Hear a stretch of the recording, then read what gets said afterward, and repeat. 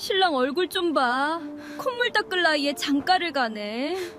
그러게, 애 없고 시집온 꼴이지 뭐야. 눈 내리는 겨울, 8살 꼬마 신랑과 18살 신부의 기막힌 혼례에 사람들은 혀를 찹니다.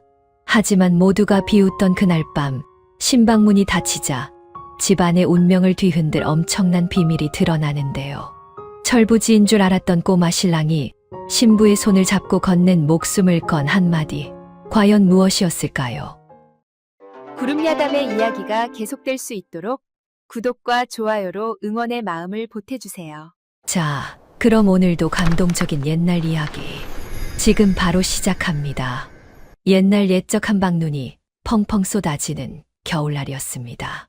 천석군 김대감댁 앞마당에는 화려한 혼례청이 차려져 있었습니다. 붉은 비단 장막이 흰 눈과 대조를 이루어 그림처럼 아름다웠지요. 하지만 신부의 마음은 눈보다 더 차갑게 얼어붙어 있었습니다. 18살 신부 서희는 붉은 혼례복을 입고 고개를 숙인 채 서 있었습니다. 족두리가 무거워 목덜미가 뻐근했지만 그보다 더 무거운 것은 앞날에 대한 막막함이었습니다. 서희의 집안은 몰락한 양반가였습니다. 병든 아버지의 약값과 어린 동생들의 끼니를 위해 서희는 10살 아래 꼬마에게 팔려가듯 시집을 오게 되었습니다.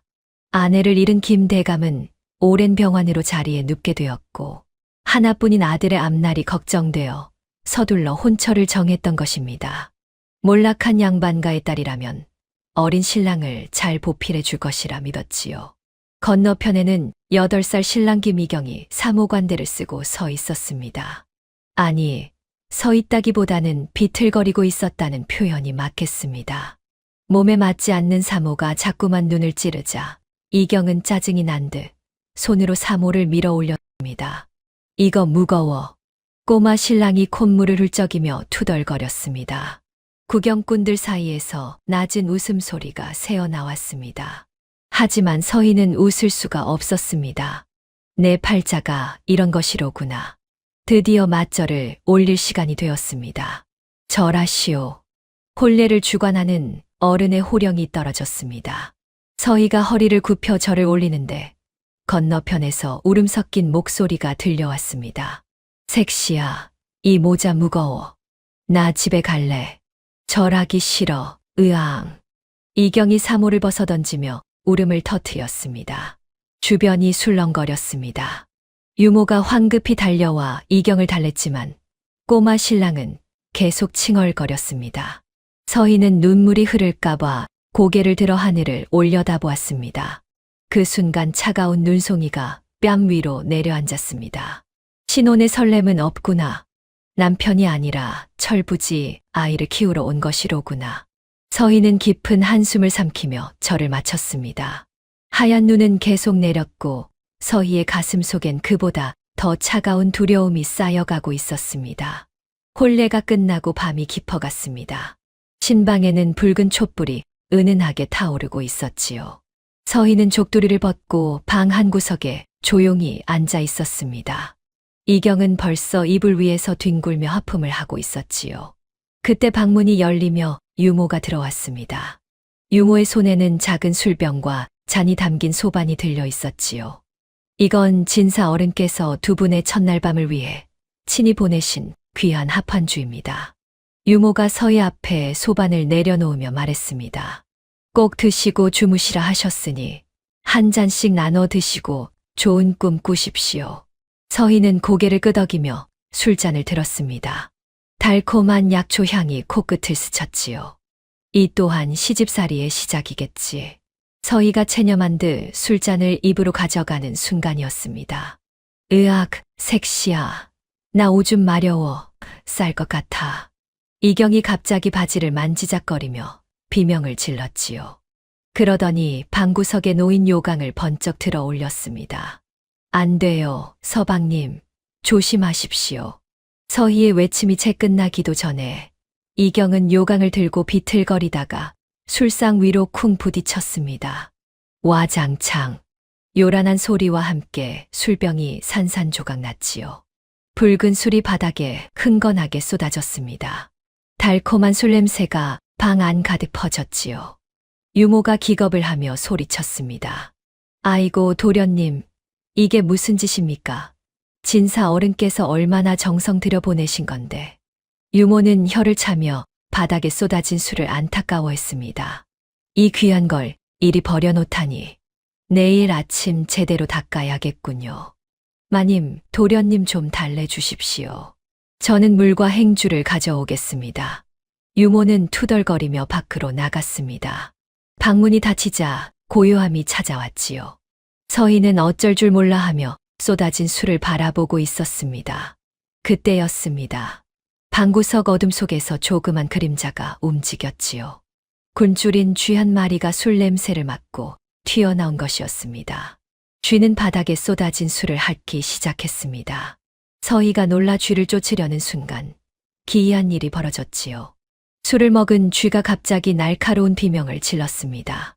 쥐는 온몸을 부르르 떨며 바닥을 미친 듯이 굴렀지요. 입가에는 하얀 거품이 부글부글 끓어올랐습니다. 쥐는 고통스럽게 사지를 비틀더니 이내 싸늘하게 굳어버렸지요. 서희가 비명을 지르며 입을 틀어 막았습니다.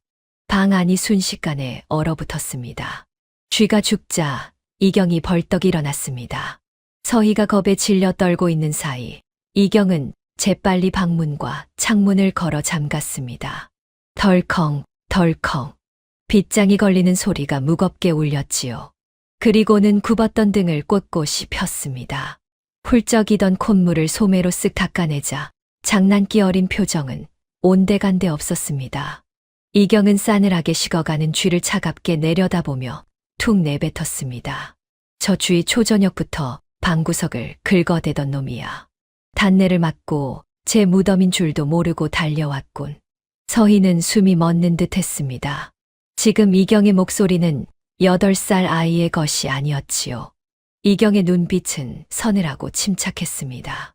이경이 서희의 떨리는 손목을 꽉 잡으며 낮게 깔린 목소리로 말했습니다. 색시, 놀라지 마라. 서희가 덜덜 떨며 물었습니다. 서방님? 방금. 이경이 죽은 쥐를 가리키며 말했지요. 봤지? 저게 너와 내가 마실 술이었다. 숙부는 매일 내 밥에 독을 타. 아주 조금씩 서서히 죽어가게 말이다. 서희가 경악하며 외쳤습니다. 매일 독을요? 헌데 서방님은 어찌 무사하십니까? 이경이 쓸쓸한 미소를 지었습니다.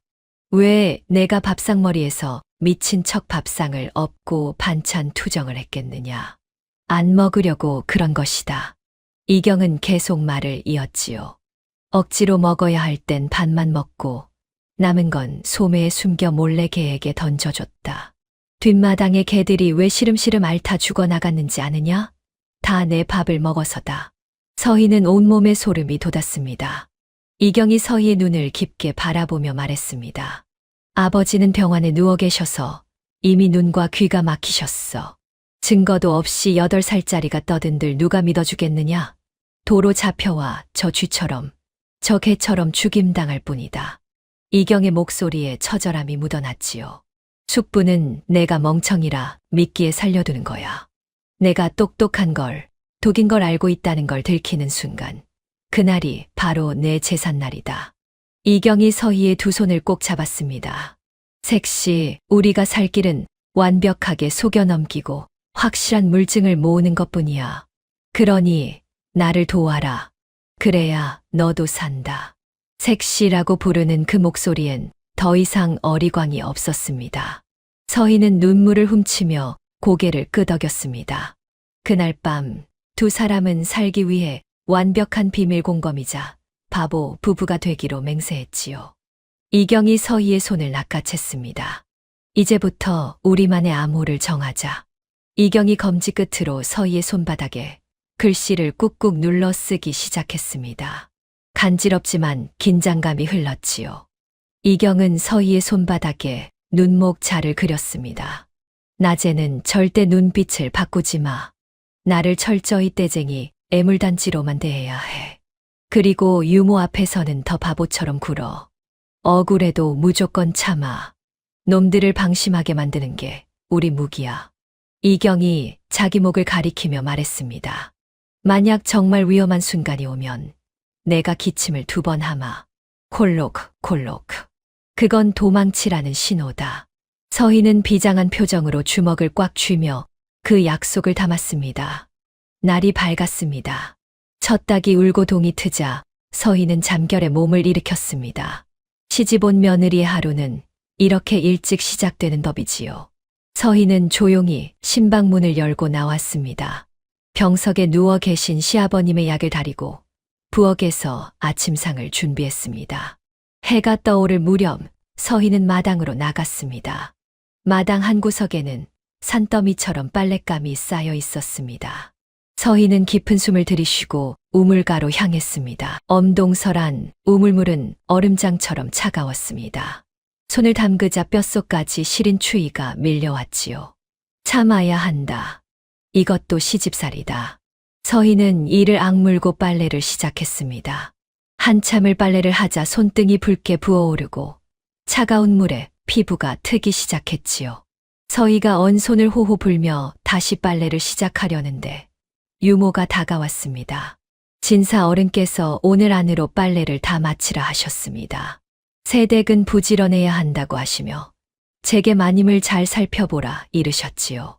대감마님께서 병환으로 누우신 뒤로는 안채 살림을 진사 어른이 대신 살핀다며 손에 쥐고 계십니다. 유모는 겉으로는 공손했지만 그 눈빛은 차갑게 서희를 훑어보았습니다. 서희는 고개를 숙이며 대답했습니다. 예, 알겠습니다. 유모는 고개를 끄덕이며 자리를 떠났지만 멀리서 계속 감시하고 있었습니다. 서희는 다시 얼음물에 손을 담갔습니다. 그렇게 한참을 빨래를 하고 있는데 갑자기 뒤에서 발소리가 들렸지요. 색시야.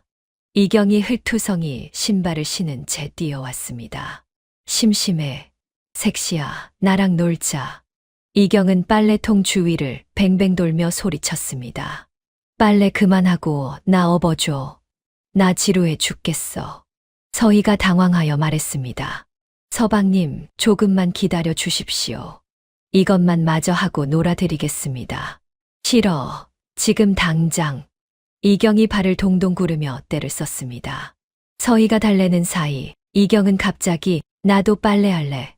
팡팡 하며 빨랫감 위를 흙발로 밟기 시작했습니다. 서방님, 안 됩니다. 서희가 황급히 말렸지만 이경은 신이 나서 계속 빨랫감을 밟았습니다. 하얗게 헹군 빨래에 흙발 자국이 찍혔지요. 멀리서 지켜보던 유모가 허겁지겁 달려왔습니다. 아이고 도련님, 그러시면 옷을 다 버립니다. 유모가 기겁을 했습니다. 이경은 더 신나게 빨래를 밟으며 소리쳤습니다. 재밌어. 팡팡팡. 도련님, 제발 그만. 유모가 이경을 떼어내려 하자 이경이 갑자기 바지춤을 잡으며 소리쳤습니다. 싫어. 안 비키면 오줌 쌀 거야. 으앙. 유모의 얼굴이 굳었습니다. 에구, 이를 어쩝니까? 마님 도련님 성화가 심하시니 잠시 업고 나가서 좀 달래주십시오. 유모는 한숨을 쉬며 말했습니다. 빨래는 나중에 다시 하시면 되니 어서 도련님 모시고 가시지요. 덕분에 서희는 자연스럽게 얼음물에서 손을 뺄 수 있게 되었습니다. 서희가 이경을 업고 사람들 눈을 피해 뒤뜰 담장 아래로 갔습니다. 이경의 작은 몸이 서희 등에 닿았습니다. 따뜻했지요. 서방님, 이러시면 나중에 유모가 더 눈치를 줍니다. 서희가 속삭였습니다. 그때 등 뒤에 엎인 이경이 품속에서 무언가를 꺼냈습니다. 김이 모락모락 나는 군고구마 2개였지요. 이경이 따뜻한 고구마를 서희의 차가운 볼에 갖다 댔습니다. 따뜻하지. 서희가 놀라 뒤를 돌아보려 하자 이경이 서희 귀에 속삭였습니다. 아까 부엌 아궁이에서 몰래 꺼내왔어. 이거 먹고 손 좀 녹여. 이경의 목소리는 낮고 차분했습니다. 일부러 밟은 거야. 그래야 색시가 그 얼음물에서 손을 빼지. 서희는 가슴이 먹먹해졌습니다. 유모 할망구 없을 때 얼른 먹어. 체하니까 꼭꼭 씹어 먹고. 이경이 고구마를 서희 손에 쥐어주었습니다. 서희는 이경의 등에서 전해오는 체온과 군고구마의 따뜻함에 울컥했습니다. 겉으로는 천방지축 꼬마지만 속은 누구보다 자신을 아끼는 낭군님이었습니다. 두 사람은 담장 아래 쭈그리고 앉았습니다. 서희가 고구마를 호호 불어시키자 이경이 말했습니다. 색시, 입 벌려. 서희가 입을 벌리자 이경이 고구마를 한 입 떼어 넣어 주었습니다. 맛있지? 서희가 고개를 끄덕이자 이경이 싱긋 웃었습니다. 서희도 고구마를 떼어 이경의 입에 넣어 주었습니다. 두 사람은 서로의 입에 호호 불어가며 고구마를 나눠 먹었지요. 따뜻한 고구마와 따뜻한 마음이 추운 겨울 아침을 녹여주었습니다. 며칠이 흘렀습니다. 모두가 잠든 야심한 밤, 서희는 촛불 하나를 켜놓고 이경에게 글을 가르쳤습니다. 서방님, 이 글자는 하늘 천자입니다. 서희가 붓으로 한자를 또박또박 써 내려갔습니다. 이경이 고개를 갸웃거리며 물었습니다. 땅지. 서희가 한숨을 쉬었습니다. 아닙니다. 하늘천입니다. 이렇게 쓰는 겁니다. 서희가 다시 글자를 써보이며 이경에게 붓을 쥐어주었습니다. 이경은 붓을 받아들더니 갑자기 서희의 코에 먹물을 톡 찍었습니다. 서방님, 서희가 깜짝 놀라 코를 만졌습니다. 손에 먹물이 묻어났지요. 이경이 깔깔 웃으며 장난을 쳤습니다. 색시 코에 점이 생겼네. 서희는 속상한 마음에 눈시울이 붉어졌습니다. 서방님, 그를 아셔야 사십니다. 제발 진지하게. 그때 이경이 웃음을 멈추고 서희의 손을 잡았습니다. 색시, 울지 마. 이경의 목소리가 갑자기 진지해졌습니다. 나 사실 천자문은 5살 때 다 뗐어. 서희가 놀라 이경을 바라보았습니다. 네. 이경이 서희의 눈을 똑바로 보며 말했습니다. 근데 밖에서 똑똑한 척하면 숙부가 날 죽이잖아. 이경의 목소리에 쓸쓸함이 묻어났습니다. 서희는 이경을 꼭 안아주었습니다. 살기 위해 배움조차 숨겨야 했던 이경의 처지가 너무나 안타까웠습니다. 괜찮습니다, 서방님. 이제 알았으니 괜찮습니다. 두 사람의 신뢰는 그렇게 더욱 깊어져 갔습니다. 하지만 그들이 모르는 사이 누군가 이 모습을 지켜보고 있었습니다. 창밖 어둠 속에서 하수인이 신방을 엿보고 있었지요. 하수인은 촛불에 비친 두 사람의 다정한 그림자를 보고는 조용히 자리를 떴습니다. 다음 날 아침이었습니다. 김진사의 서재에 하수인이 들어왔습니다. 진사 어르신. 하수인이 고개를 숙이며 보고했습니다. 도련님과 마님이 밤마다 촛불을 켜놓고 뭔가를 하고 있습니다. 무척 다정해 보였습니다. 김진사의 얼굴이 굳었습니다. 밤마다. 예, 어르신. 저것들이 밤마다 쑥덕거리는 게 심상치 않습니다. 김진사가 미간을 찌푸렸습니다. 저 며느리부터 쳐내야겠군. 김진사는 책상을 탁 쳤습니다. 그리고 유모를 불렀습니다. 그날 이후 유모의 감시는 더 노골적이 되었고 사소한 일에도 서희를 몰아붙이기 시작했지요. 며칠 후 마당에서였습니다. 유모가 세수를 시킨다며 이경의 팔을 거칠게 잡아 끌었습니다. 아이고 도련님, 바보같이 가만히 좀 계세요. 유모가 짜증을 내며 이경의 머리를 쥐어박으려 했습니다. 옷이 다 젖잖습니까? 바로 그 순간이었습니다. 빨래를 하던 서희가 빨래통을 내려놓고 달려왔습니다. 서희가 유모의 앞을 단호하게 막아섰습니다. 손 거두게. 서희의 목소리는 평소에 주눅든 목소리가 아니었습니다. 양반과 교수의 위엄이 담긴 낮지만 또렷한 목소리였습니다. 유모가 깜짝 놀라 서희를 바라보았습니다. 아무리 어려도 이 집안의 도련님이자 내 지아비일세. 서희가 유모를 똑바로 쳐다보며 말했습니다. 손을 함부로 놀리지 말게. 유모의 얼굴이 붉어졌습니다. 세수는 내가 시킬 테니 자네는 물러가게. 서희의 기세에 눌린 유모는 투덜거리며 물러났습니다. 이경은 자신의 앞을 막아선 서희의 떨리는 등을 보며 다짐했습니다. 색시가 날 지켜주는구나. 나도 반드시 색시를 지키겠어. 하지만 유모는 이 일로 앙심을 품고 복수할 기회를 노리기 시작했지요. 며칠이 또 흘렀습니다. 김대감의 병세는 날로 깊어져만 갔습니다. 자리에서 일어나지 못한 지 벌써 여러 달이 지났지요.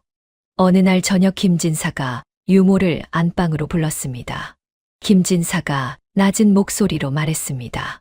형님의 병세가 깊어 집안 꼴이 말이 아니구나. 귀한 물건들이 밖으로 새 나갈까 염려되니 형수님의 폐물함을 내게 가져오너라. 동생인 내가 직접 관리하겠다. 가족애를 가장한 말이었지만 그 속에는 노골적인 탐욕이 숨어 있었습니다. 유모의 눈이 반짝였습니다. 알겠습니다. 나으리. 다음 날 아침 유모가 김진사의 서재로 들어왔습니다. 손에는 화려하게 꾸며진 폐물함이 들려 있었지요. 김진사가 고개를 끄덕이며 뚜껑을 열었습니다. 그 순간 유모가 과장되게 놀라며 비명을 질렀습니다. 에구머니나 진사 어른, 폐물이 몽땅 사라졌습니다. 폐물함은 텅 비어 있었습니다. 귀신이 곡할 노릇입니다요.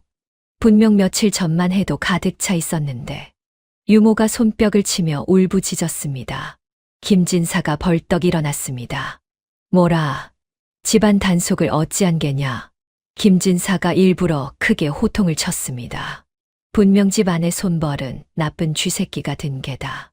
당장 모든 방을 뒤져라. 유모가 황급히 밖으로 나가 하인들을 불러 모았습니다. 진사 나으리 명이시다. 온 집안을 샅샅이 뒤져라. 하인들이 집안 곳곳을 뒤지기 시작했습니다. 안채, 사랑채, 행랑채를 모두 뒤졌습니다. 그리고 마지막으로 서희의 신방으로 향했습니다. 유모가 앞장서서 신방문을 벌컥 열었습니다. 마님, 실례하겠습니다. 유모는 능숙한 손놀림으로 방 안을 뒤지기 시작했습니다. 서희가 놀라 물었습니다. 무슨 일이십니까? 폐물이 사라졌습니다. 혹시나 하여 모든 방을 뒤지는 중입니다. 유모가 이불을 들어 올렸습니다. 바로 그 순간이었습니다. 짤랑, 짤랑. 이불 밑에서 옷가락지와 비녀가 쏟아져 나왔습니다. 유모가 입을 크게 벌리며 소리쳤습니다. 세상에, 여기 있습니다. 유모가 폐물들을 주워들며 극적으로 외쳤습니다. 얌전한 고양이 부뚜막에 먼저 올라간다더니. 아기 마님, 어찌 이러셨습니까? 서희의 얼굴이 새하얗게 질렸습니다. 저는 모르는 일입니다. 서희가 황급히 손을 내저었습니다. 억울합니다. 제가 한 일이 아닙니다. 하지만 유모는 이미 폐물을 들고 밖으로 뛰어나갔습니다. 나으리, 찾았습니다. 마님 방에서 찾았습니다. 김진사의 서재로 달려간 유모가 폐물들을 내밀었습니다. 김진사가 폐물들을 보더니 얼굴을 붉히며 노발대발했습니다. 가문의 법도가 엄하거늘 갓 들어온 며느리가 시어머니 유품에 손을 대. 김진사가 호통을 쳤습니다. 여봐라, 당장 저것을 마당으로 끌어내 멍석마리를 하여라. 하인들이 서희를 거칠게 잡아 끌었습니다. 억울합니다. 진사 어른. 서희가 울부짖었지만 하인들은 듣지 않았습니다. 서희는 마당 흙바닥에 내동댕이 쳐졌습니다. 하인들이 몽둥이를 들고 서희를 위협하며 다가왔습니다. 서희는 눈을 감았습니다. 이제 끝이구나 생각했습니다. 바로 그 순간이었습니다. 색시야. 어린 목소리가 비명처럼 터져 나왔습니다. 이경이 방에서 맨발로 뛰어나왔습니다. 안 돼, 색시.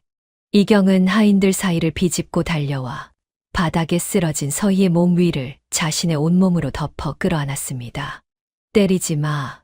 우리 색시 때리지 마. 이경이 서희를 꼭 안으며 울부짖었습니다. 내가 그랬어. 엿사 먹으려고 내가 훔쳤단 말이야. 하인들이 당황하며 물러섰습니다. 도련님, 비키십시오. 하인들이 이경을 떼어내려 했습니다. 내가 했어. 색시는 몰라. 나 혼자 한 거야. 이경이 서희의 옷자락을 꽉 잡고 소리쳤습니다. 색시 말고 나를 때려. 으앙. 하인들이 이경의 팔을 잡아당겼습니다. 도련님, 정말 비켜주십시오. 이경은 끌려가면서도 서희를 놓지 않았습니다. 거친 흙바닥을 뒹굴며 버텼지요. 이경의 종아리와 무릎이 돌에 쓸렸습니다. 피가 배어 나오고 멍이 들기 시작했습니다. 서희가 이경을 보며 눈물을 쏟아냈습니다. 서방님, 안 됩니다. 제발. 하인들은 어쩔 줄 몰라 멈칫거렸습니다. 귀한 독자가 다치고 있었으니까요. 김진사는 난처한 표정을 지었습니다. 조카를 때릴 수는 없었습니다. 겉으로나마 조카를 아끼는 숙부의 모습을 보여야 했으니까요. 독한 것들 같으니라고 김진사가 혀를 차며 손을 내저었습니다. 내 조카 봐서 이번만 넘어가 주는 것이다. 하인들이 물러나자 서희가 이경을 꼭 안아주었습니다. 서방님, 괜찮으십니까? 서희가 떨리는 손으로 이경의 상처를 만졌습니다.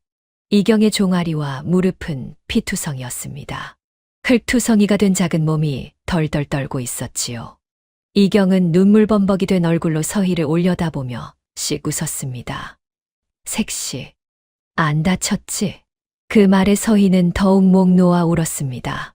자신을 지키기 위해 온몸으로 막아선 8살 신랑. 서희는 가슴이 미어지는 아픔과 고마움을 느꼈습니다. 서희는 이경을 이불 위에 조심스럽게 앉혔습니다.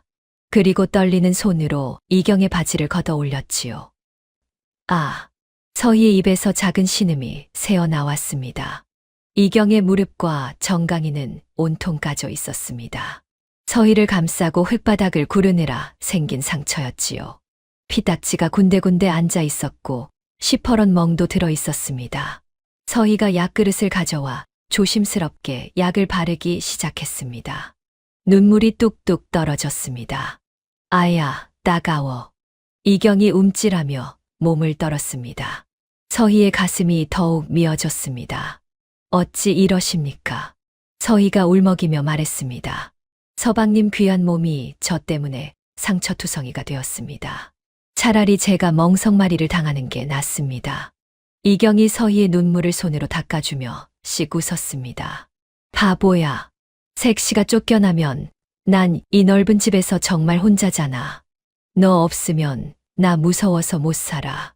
이경이 서희의 눈을 똑바로 보았습니다. 그리고 내 색시는 내가 지켜야지. 우린 부부잖아. 8살 꼬마의 입에서 나온 말이라고는 믿기지 않았습니다.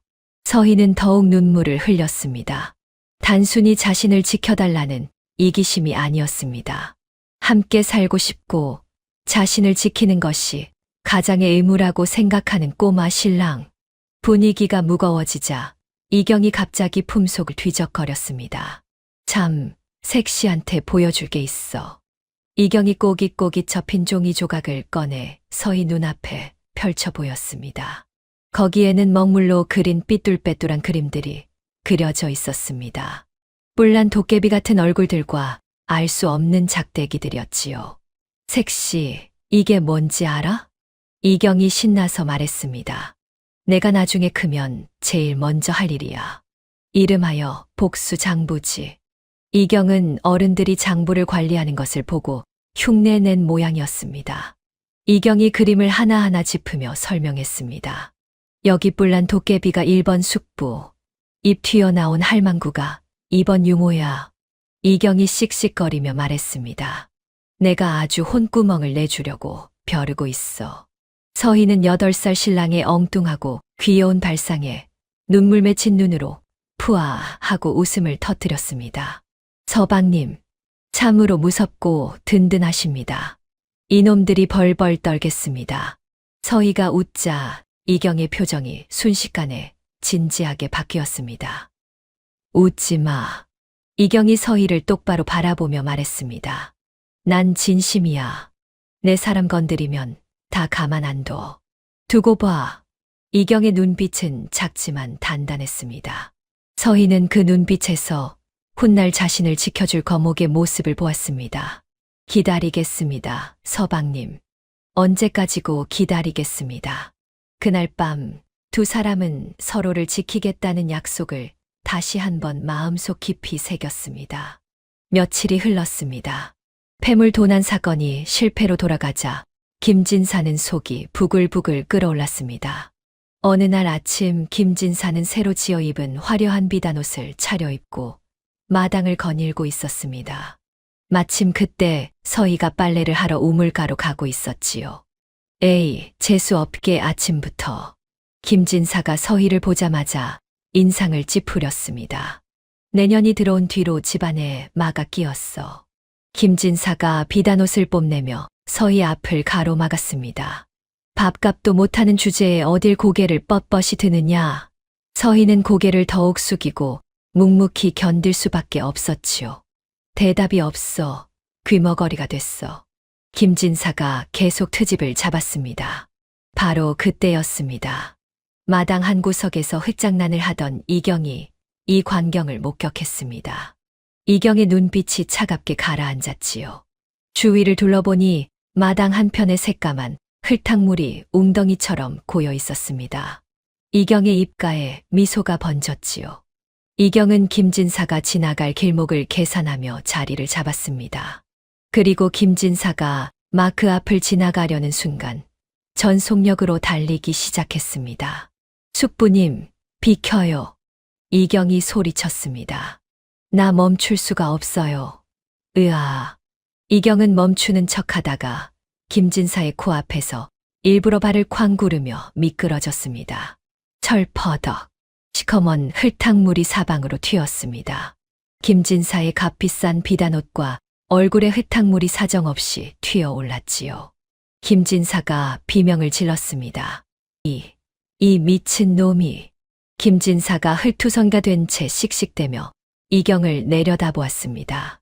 바닥에 주저앉은 이경이 고개를 들었습니다. 아차, 숙부님 실수. 바닥이 미끄러워서 그만. 이경이 입으로는 헤헤 웃고 있었습니다. 하지만 흙물이 묻은 얼굴 사이로 보이는 이경의 눈빛은 전혀 웃고 있지 않았습니다. 마치 한 번만 더 내 색시 건드려 봐라고 말하는 듯한 맹수 같은 살기가 어린 섬뜩한 눈빛이었지요. 김진사는 순간 등골이 오싹해졌습니다. 저놈 눈빛이 왜 저래? 김진사는 무의식적으로 뒷걸음질 쳤습니다. 8살 조카에게서 느껴지는, 처음 느껴보는 공포였습니다. 에이, 재수가 없으려니. 김진사가 옷을 털며 황급히 자리를 떴습니다. 김진사가 사라지자 이경이 툭툭 털고 일어났습니다. 서희가 놀라서 달려왔습니다. 서방님, 괜찮으십니까? 이경이 서희의 소매를 잡고 서희의 귀에 속삭였습니다. 색시야, 봤지? 이경이 씩 웃으며 말했습니다. 그 장부에 적힌 1번. 오늘 반쯤 해결했어. 서희는 이경을 바라보았습니다. 복수 장부가 단순한 낙서가 아니었습니다. 이경은 진심이었고 실천하고 있었습니다. 작지만 든든한 신랑이었습니다. 흙탕물 사건 이후 김진사의 눈초리는 더욱 매서워졌지만 두 사람은 서로를 의지하며 버텼습니다. 그러던 어느 가을, 위태롭던 김대감의 병세가 급격히 악화되었습니다. 그리고 김대감은 숨을 거두었습니다. 대감마님께서 돌아가셨습니다. 김대감 댁은 통곡 소리로 가득 찼고 어린 이경은 상주가 되어 빈소 앞에 앉았습니다. 작은 몸의 상복이 너무 컸지요. 아버지, 이경이 작은 목소리로 불렀지만 대답은 없었습니다. 서희가 이경 옆에 앉아 손을 잡아주었습니다. 조문객들이 줄을 이었습니다. 김진사가 상주 옆에 서서 조문객들을 맞았지요. 형님께서 이리 허망하게 가시다니. 이제 이 집안에 남은 핏줄은 저와 어린 조카뿐입니다. 조문객들이 고개를 끄덕였습니다. 진사 어른께서 잘 돌봐주셔야겠습니다. 김진사는 겉으로는 슬픈 척했지만 속으로는 웃고 있었습니다. 장례가 끝나고 마지막 조문객이 떠나자 김진사가 하인들을 불렀습니다. 조카가 아비 잃은 슬픔을 이기지 못해 실성하고 말았다. 발작이 심하니 안정을 취할 때까지 별채광에 가두어라. 김진사가 명령했습니다. 삼촌인 내가 돌봐야 하지 않겠느냐. 놓으시오. 우리 서방님은 멀쩡하십니다. 서희가 외쳤지만 하인들은 듣지 않았습니다. 이경과 서희는 별채광으로 끌려갔습니다. 좁고 어두운 광 안에 두 사람을 밀어 넣었지요. 쿵. 문이 닫혔습니다. 쾅, 쾅, 쾅. 밖에서 대못을 박는 소리가 들렸습니다. 서방님, 서희가 어둠 속에서 이경을 불렀습니다. 이경이 서희의 손을 꼭 잡았습니다. 색시, 괜찮아. 무서워하지 마. 이경의 목소리는 침착했지만 손은 떨리고 있었습니다. 유일한 방패막이었던 아버지가 세상을 떠났습니다. 가장 가까운 가족이라는 명분 아래 김진사는 모든 것을 장악했습니다. 어두운 광 안 두 사람은 서로에게 의지했지요. 색시, 우리 꼭 살아서 나가자. 예, 서방님. 밖에서는 김진사의 웃음소리가 들려왔습니다. 이경은 당황하지 않고 침착하게 광구석으로 향했습니다. 바스락, 바스락. 이경이 구석에 쌓인 악취 나는 집더미와 깨진 항아리들을 치우기 시작했습니다. 잠시 후 희미한 빛이 새어 들어왔습니다. 밖으로 통하는 좁은 개구멍이 드러난 것이었지요. 서방님, 이게 대체. 서희가 놀라서 외치자 이경이 씩 웃으며 대답했습니다. 여긴 내 비밀 기지야. 내가 지난 몇 달간 숟가락으로 조금씩 파서 만들었어. 서희는 믿을 수 없었습니다. 하인들이나 숙부님이 발견하면 어쩌려고 이러셨습니까? 이경이 다시 웃었습니다. 들키지 않았어. 숙부가 날 더럽다며 이 광에 가둬두는 날이 종종 있었거든. 그때마다 몰래 조금씩 정말 쥐구멍만큼씩 봤어. 숙부님은 의심이 많지만 결벽증도 심하시지. 내가 여기서 똥오줌을 싸고 진흙탕 개처럼 뒹굴며 놀았거든. 이경이 설명을 이었습니다. 그랬더니 숙부님이 뭘 하셨는지 알아? 꼴도 보기 싫으니 근처에도 가지 마라 하고 하인들에게 호통을 치셨어. 이경이 자랑스럽게 말했습니다. 덕분에 이곳은 이 집안에서 유일하게 아무도 감시하지 않는 가장 안전한 내 보물 창고가 되었지. 서희는 감탄했습니다. 8살 꼬마가 이런 치밀한 계획을 세웠다니. 이경은 개구멍 옆 흙바닥을 파내기 시작했습니다. 잠시 후 낡은 보자기가 드러났습니다. 이경이 보자기를 조심스럽게 꺼내 품었습니다. 등잔 밑이 어둡다는 게 바로 이걸 두고 하는 말이야. 이경이 서희의 손을 잡았습니다. 자, 이제 이 증거로 숙부님의 죄를 물을 차례다. 서희는 보자기를 바라보았습니다. 손이 덜덜 떨렸지요. 그 안에 무엇이 들어있을지 두려웠습니다. 이경이 서희의 눈을 맞추며 말했습니다. 이 안에 든 건 우리를 죽이려던 흉기지만 이제부턴 우리를 살려줄 동아줄이다. 자, 같이 열자. 서희는 이경의 눈빛에서 용기를 얻어 고개를 끄덕였습니다. 보자기가 펼치자 그 안에는 말라비틀어진 독초, 찌꺼기, 구겨진 밀서 몇 장, 그리고 이중장부가 들어 있었습니다. 서희가 장부를 펼쳐보았지요. 김진사가 집안 재산을 빼돌린 증거 밀서에는 김진사의 필체로 조카놈을 조용히 처리하라. 들키지 않게 라고 적혀 있었습니다. 서희는 몸서리를 쳤습니다. 서방님, 이 증거들을 어떻게? 이경이 씩 웃었습니다. 숙부방의 곶감을 훔쳐 먹으러 들어가는 척하며 몰래 빼돌린 거야. 엿바꿔 먹는 척, 바보짓 하는 척하면서 몇 달간 하나씩 모았어. 서희는 눈물이 핑 돌았습니다. 이제 우리 나가서 숙부를 벌받게 하자. 두 사람은 보자기를 꽁꽁 싸매어 품속에 넣었습니다. 이경이 먼저 개구멍으로 몸을 밀어 넣었습니다. 색시, 손 잡아. 밖으로 나간 이경이 손을 내밀었습니다. 서희도 개구멍으로 빠져나왔습니다. 두 사람은 밤의 어둠을 틈타 조용히 담을 넘었습니다. 관아로 향하는 길, 서희는 이경의 손을 꼭 잡았습니다. 두려웠지만 이경이 곁에 있었습니다. 야심한 밤 서희는 이경을 업고 산길을 달렸습니다. 어둠 속에서 나뭇가지가 얼굴을 핥히고 돌뿌리에 발이 채였습니다. 색시야, 나 내려줘. 너 죽는다. 이경이 울먹였지만 서희는 이를 악물고 계속 달렸습니다. 서방님을 살리기 전엔 못 죽습니다. 신발이 벗겨졌습니다. 맨발로 거친 산길을 뛰었지요. 발바닥이 돌에 찍히고 가시에 찔렸습니다. 피가 흘렀지만 멈추지 않았습니다. 밤새 달려 날이 밝을 무렵 관아 앞에 도착했습니다. 사또 나리를 뵙게 해 주십시오. 서희가 관아 문을 두드렸습니다. 포졸들이 창을 들고 막아섰습니다. 이른 아침부터 누구냐? 썩 꺼져라. 꼴은 왜 이 모양이야? 사또 나리를 뵙게 해 주십시오. 사람 목숨이 달렸습니다. 바로 그때 뒤에서 말발굽 소리가 들려왔습니다. 김진사와 하인들이 도착해 그들을 포위했습니다. 저놈들을 잡아라.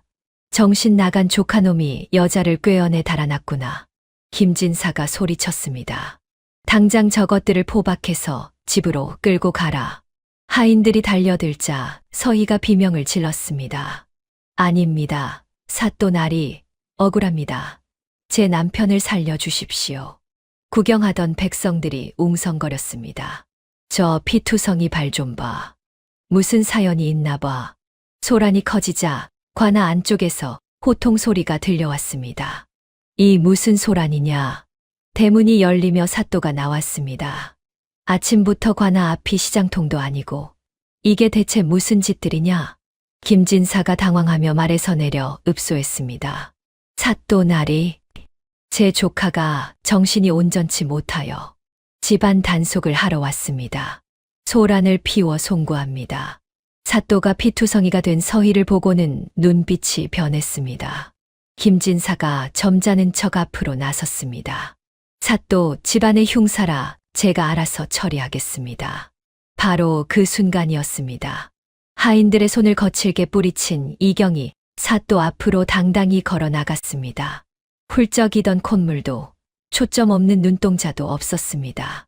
이경은 서늘하고 위험 있는 눈빛으로 김진사를 노려보았습니다. 그리고 또랑또랑한 목소리가 관아 앞마당에 쩌렁쩌렁 울렸습니다. 시신체발부 수지부모라 하였거늘 조카의 밥에 독을 넣어 부모가 주신 몸을 상하게 한 것이 사람이 할 짓입니까? 구경꾼들이 술렁거렸습니다. 이경이 계속 말했습니다. 또한 군군신신 부부자자라 했습니다. 저자는 죽은 제 아버님의 친동생이자 저희 하나뿐인 숙부입니다. 이경이 김진사를 손가락질하며 외쳤습니다. 어찌 피를 나눈 혈육이 형의 유일한 핏줄을 죽이고 재산을 탐한단 말입니까? 이경의 목소리에 분노가 담겨 있었습니다. 저자가 짐승만도 못한 짓을 저질렀는데 어찌 저에게 조카의 도리를 바라십니까? 사람들이 웅성거렸습니다. 저 아이가 바보가 아니라 신동이었네. 숙부가 조카를 죽이려 했다고? 사또와 구경꾼들이 경악하는 사이 이경은 품속에서 낡은 보자기를 꺼내 사또 발치에 던졌습니다. 여기 증거가 다 있습니다. 이경이 외쳤습니다. 제 아버지를 병들게 하고 저를 독살하려 한 독초와 이중장구입니다.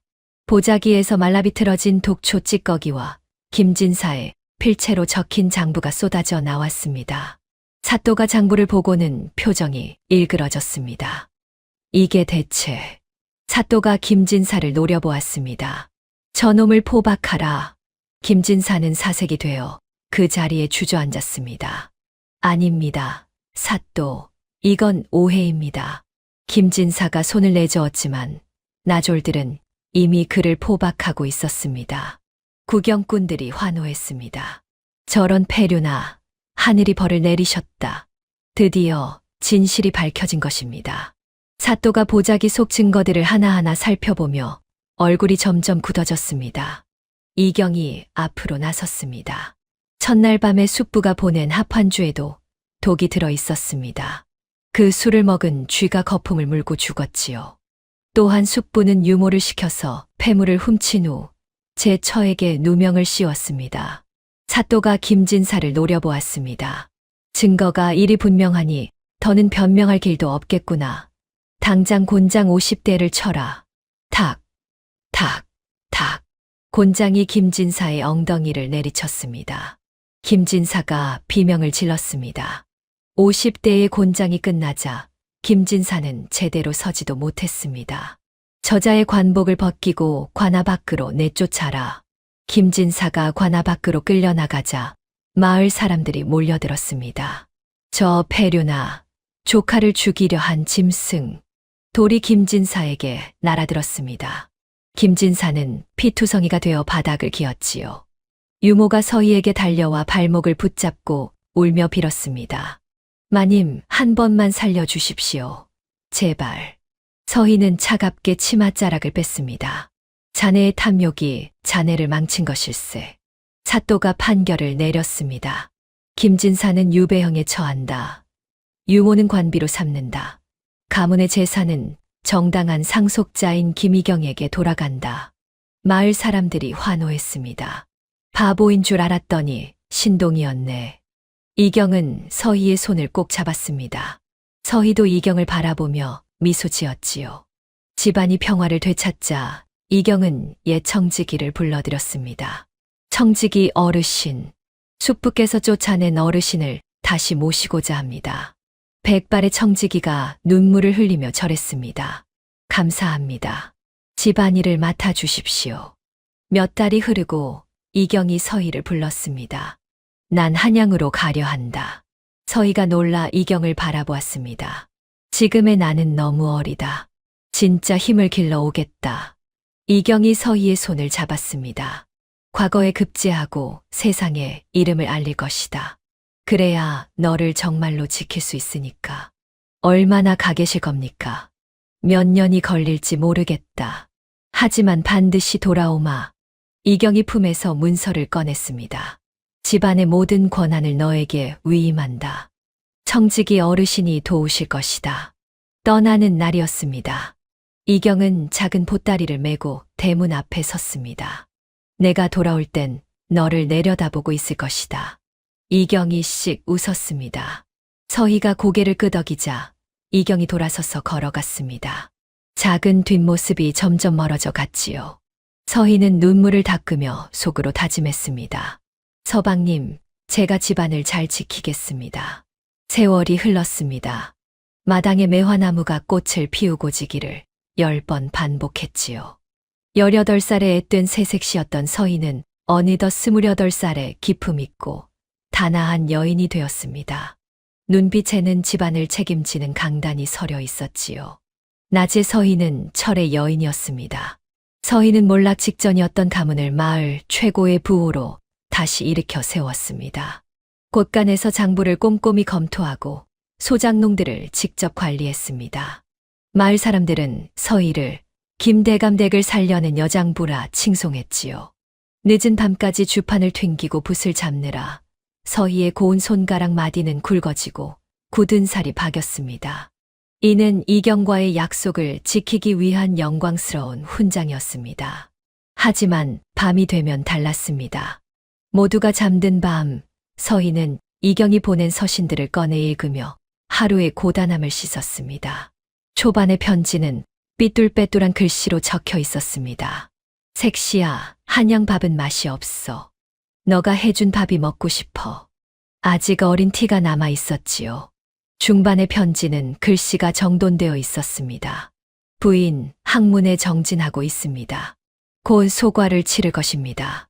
변성기를 지난 소년의 목소리가 느껴졌습니다. 후반의 편지는 힘있고 유려한 명필이었습니다. 부인, 한양의 매화가 피었습니다. 내 그리움도 만개하였습니다. 완전히 성숙한 남자의 저음이 서신 속에 담겨 있었지요. 어느 날 한양에서 급보가 날아왔습니다. 마님, 경사 났습니다. 하인이 뛰어들어왔습니다. 한양 가신 나으리께서 소과에 급제하셨답니다. 우수한 성적으로 통과하여 생원이 되셨답니다. 하인들이 덩실덩실 춤을 추었습니다. 서희는 감격하여 이경의 마지막 편지를 꺼내 읽었습니다. 약속을 지키러 갑니다. 매화가 지기 전에 도착할 것입니다. 서희가 설레는 마음으로 거울을 보았습니다. 눈가에 세월의 흔적이 보일까 걱정하며 단장을 했습니다. 담장 너머로 봄의 시작을 알리는 매화 꽃망울이 터지기 시작했습니다. 봄날 서희는 마당에 나와 매화를 바라보고 있었습니다. 그때 대문이 활짝 열렸습니다. 서희가 놀라 대문 쪽을 돌아보았지요. 햇살을 등진한 사람이 서 있었습니다. 갓을 쓰고 도포를 휘날리는 훤칠한 사내였습니다. 10년 전 콧물을 흘리던 꼬마는 온데간데 없었지요. 서방님, 서희가 떨리는 목소리로 불렀습니다. 이경이 성큼성큼 마당으로 걸어 들어왔습니다. 이경은 더 이상 서희를 올려다보지 않았습니다. 오히려 서희가 고개를 들어 이경을 올려다봐야 했지요. 이경이 서희 앞에 섰습니다. 그리고 조심스럽게 서희의 손을 들어 올렸습니다. 10년 세월의 조금은 거칠어진 서희의 손. 주판을 튕기고 붓을 잡느라 굵어진 손가락 마디, 박힌 굳은 살. 이경이 그 손을 자신의 크고 단단한 손으로 조심스럽게 감싸 쥐었습니다. 부인, 이경의 목소리는 낮고 깊었습니다. 많이 기다리셨습니까? 이제 왔습니다. 서희의 눈에서 눈물이 주르르 흘러내렸습니다. 10년을 기다린 눈물이었지요. 이경이 서희의 눈물을 닦아주었습니다. 울지 마십시오. 이제 평생 곁에 있겠습니다. 이경이 서희를 품에 안았습니다. 10년 전 서희가 이경을 안아주었던 것처럼. 하지만 이제는 이경이 서희를 안아주었습니다. 마당의 매화가 바람에 흩날렸습니다. 꽃이 피 두 사람 위로 소복이 내렸지요. 10년의 기다림이 끝났습니다. 이경이 서희의 손을 잡고 안채 마루로 이끌었습니다. 두 사람은 마루 끝에 나란히 앉았습니다. 마당에는 매화가 만발해 있었지요. 이경이 서희의 손을 어루만졌습니다. 10년 전 서희가 춥고 아픈 손을 호호 불 때 감싸주던 그 고사리 손. 그 손은 이제 서희의 손을 넉넉히 덮고도 남는 사내의 손이 되어 있었습니다. 이경이 나직하게 말했습니다.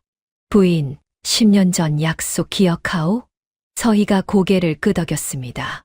내 손이 이렇게 컸으니 이제 평생 이 손에 물 한 방울 안 묻히고 호강시켜 드리리다. 서희가 수줍게 미소 지으며 이경의 어깨에 고개를 살짝 기댔습니다. 서방님, 두 사람은 말없이 매화를 바라보았습니다. 바람이 불어와 매화꽃이 피 흩날려 두 사람 위로 내렸지요. 이경과 서희는 서로의 손을 더욱 꼭 쥐었습니다. 맞잡은 두 손에는 10년의 세월이, 10년의 기다림이, 10년의 사랑이 담겨 있었습니다. 나이 차이는 사랑을 막지 못했습니다. 서로를 살리고자 했던 지혜로운 마음, 그리고 맞잡은 두 손의 온기가 그들을 진정한 부부로 만들었습니다. 두 사람의 앞날은 이 봄처럼 따뜻한 날들만이 가득할 것입니다. 8살 꼬마 신랑과 18살 신부. 세상은 이들을 비웃었지만 두 사람은 서로를 지키기 위해 온 힘을 다했습니다. 내가 커서 너를 지키겠다는 꼬마의 다짐. 언제까지고 기다리겠다는 신부의 다짐. 10년의 세월이 흘렀지만 두 사람 모두 약속을 지켰습니다. 진정한 사랑은 나이가 아니라 진심에서 시작된다는 것을 오늘 이야기가 보여주고 있습니다. 댓글로 여러분의 생각을 들려주세요. 이 이야기에서 가장 감동적이었던 장면은 무엇인가요? 여러분의 소중한 이야기를 기다리겠습니다. 다음에도 구름야담에서 더 좋은 이야기로 찾아뵙겠습니다. 지금 화면에 나오는 영상들도 함께 해주세요. 좋아요와 구독 부탁드리며 건강하시고 행복하세요.